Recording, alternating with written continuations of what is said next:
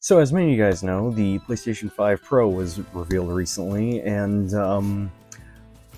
wow, the reception on this is understandably not so good. Uh, Everyone on Twitter has been having a field day with this system, and I kind of wanted to weigh my thoughts onto this. So, yeah, the PlayStation 5 Pro was revealed earlier today as I'm recording this video, and yeah, I have some interesting things to say. So I didn't watch the actual presentation, or no, I watched Mystic's video where he was reacting to it. So that's how I watched the actual presentation, and I wasn't all too impressed with it. It's supposed to be a more powerful PlayStation 5, obviously, but you know, with I feel like this console really isn't needed. I mean, it has a larger CPU. Okay, so I have the actual website up here from that PlayStation blog, and we'll just go over the big three, as they call it, the big three new performance features. So we have the upgraded GPU. With PS5 Pro, we are upgrading to a GPU that has 67% more compute units than the current PS5 console and 28% faster memory. Overall, this enables up to 45% faster rendering for gameplay, making the experience much smoother. Advanced ray tracing. We've added even more powerful ray tracing that provides more dynamic reflection and refraction of light. This allows the rays to be cast at double and at times triple the speeds of the current PS5 console. And AI-driven upscaling. We're also introducing PlayStation Spectral Super Resolution, PSSR, or PISR, an AI-driven upscaling that uses a machine learning-based technology to provide super sharp image clarity by adding an extraordinary amount of detail. And so they showcase all three of these with different games. Some of the games being Ratchet & Clank Rift Apart, Last of Us Part 2 Remastered, and then what were some of the other ones, like Hogwarts Legacy. I can't remember what some of the other ones are, but oh, sorry about that. So some of the other features include PS5 Pro Game Boost, which can apply to more than 8,500 backwards compatible PS4 games playable on PS5 Pro. This feature may stabilize or improve the performance of supported PS4 and PS5 games. Enhanced image quality for PS4 games is also available to improve the resolution on select PS4 games. PS5 Pro will also launch with the latest wireless technology, Wi-Fi 7, and territory supporting this standard. VRR and 8K gaming are also supported, which is very interesting. VRR can be very helpful for games that have a pretty unstable frame rate, but it's not all displays. Not all displays support it. And then also, when it comes to 8K, we're not at a point where everyone has a 8K display at this point. A lot of people have a 4K display. I'm actually someone who doesn't have a 4K display, so currently I'm playing my PS5 on a 1080p display. But even when I do play games on a 4K display, because my mom has one, I've used my PS5 on there a few times, it's not like a huge difference. It's like hard to tell the difference. I mainly tell the difference when it comes to HDR, but I don't really tell much of a difference outside of that. Games look pretty I've noticed the menus look cleaner when it comes to the actual PS5 UI, but otherwise I don't really notice much of a difference. And even when I do, I really only notice it when I look close up to the TV.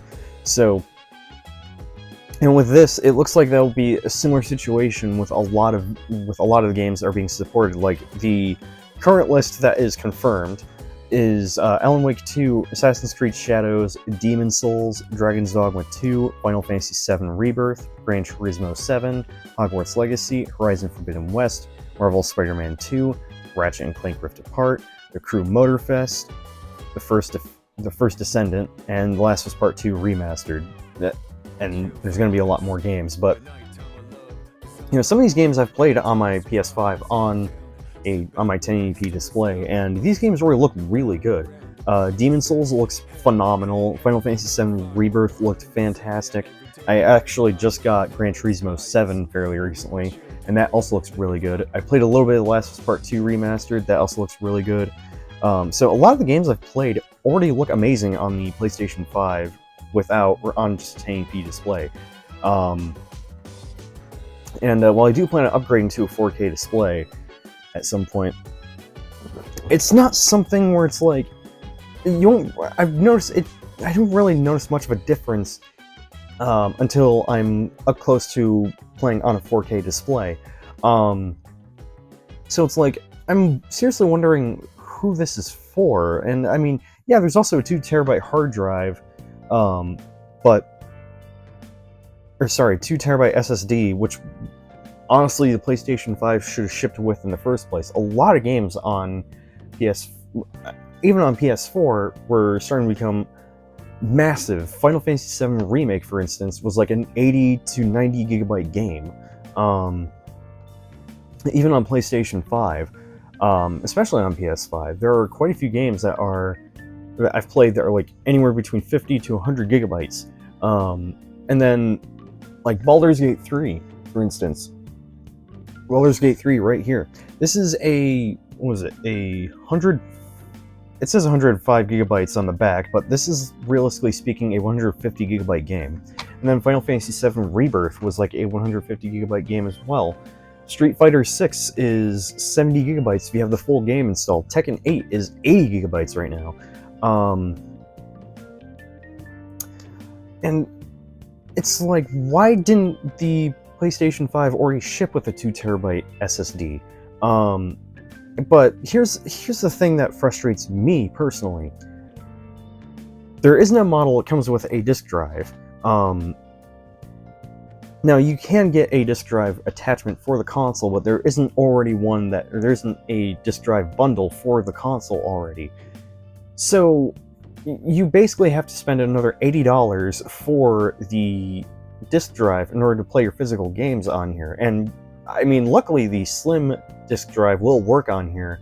And if you already have a PS5 Slim with a disk drive, that will already work on here. But the fact of the matter is, for one, if you got the PS5 Slim that has the disk drive, then if you're going to sell off the PS5 Slim for this thing, then you're going to have a PS5 Slim that doesn't have the right cover on it.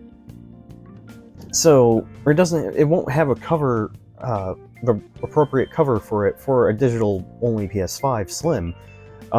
So, which is something Mystic brought up in his video, and also I'll leave a link to his video in the description. It's actually a great video.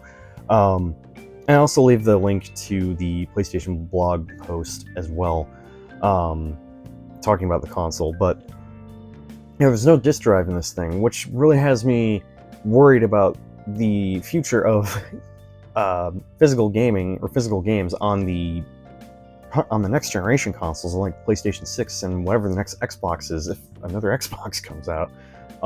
So, because for those of you who don't know, if you don't have a PS5 Slim and you're not aware about how the disk drive actually works on there, you actually need to register it to the console. Now, this wouldn't be a big deal if it was just off an OS level, but it's not. You have to connect to the internet in order to register the disk drive so you can play your physical games on this PS5. Even if you buy the system that has the disk drive that's already attached to the console.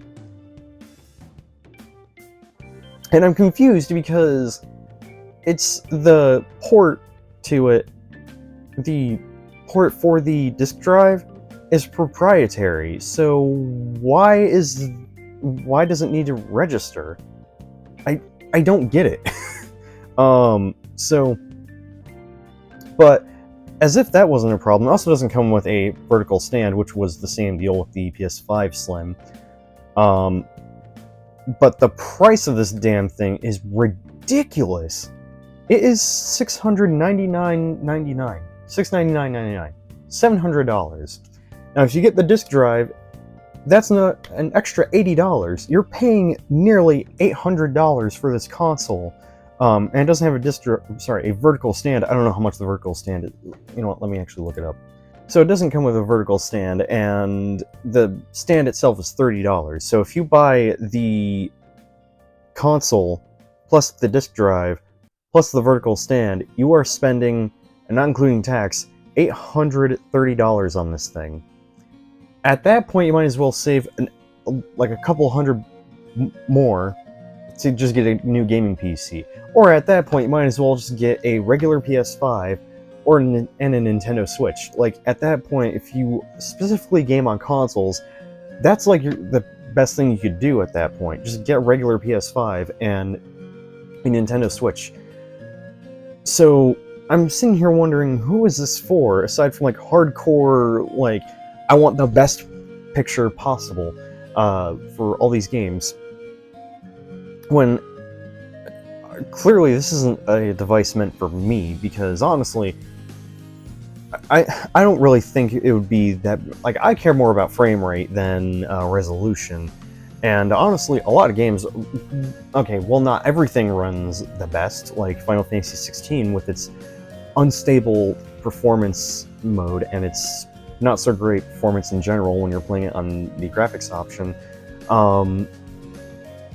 Yeah, the frame rate in Final Fantasy 16 is kind of all over the place, depending on, even on the performance mode. Final Fantasy 7 Rebirth had some performance issues when I was playing it. Granted, it wasn't the entire thing. There, just like Final Fantasy 16, where the performance was all over the place in that game. It was much better in 7 Rebirth, but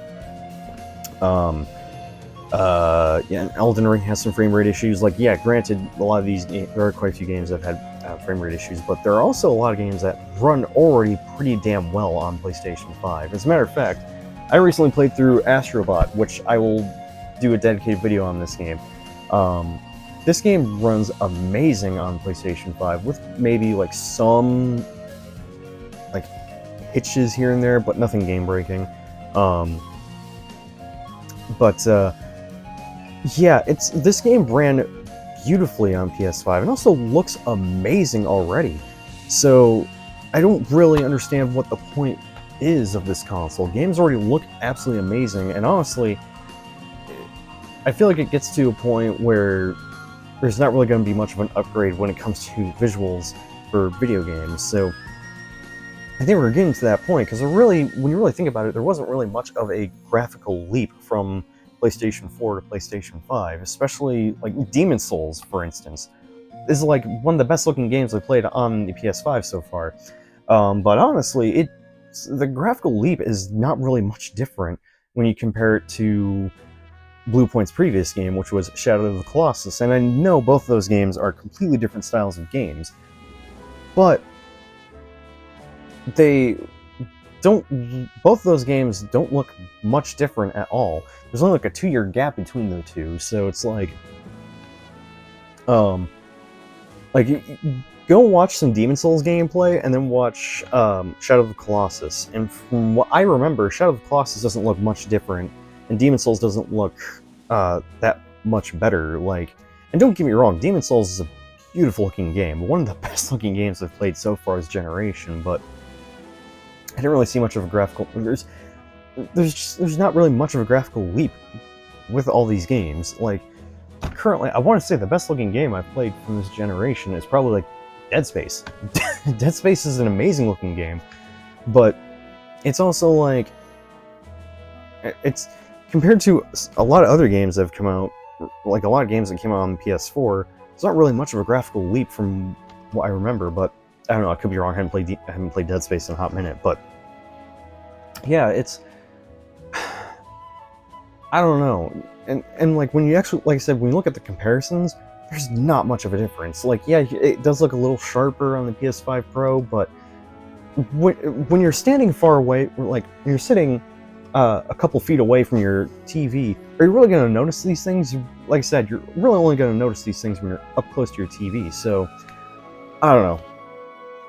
I think I don't know. Not really interested in this thing. If it was far less than $700 and had a disk drive, like if this was, like if they dropped the price of the outgoing PS5 models to like 400, no, 300 for like the digital only PS5, and then 400 for the PS5 with the disc drive, I wouldn't really be complaining as much.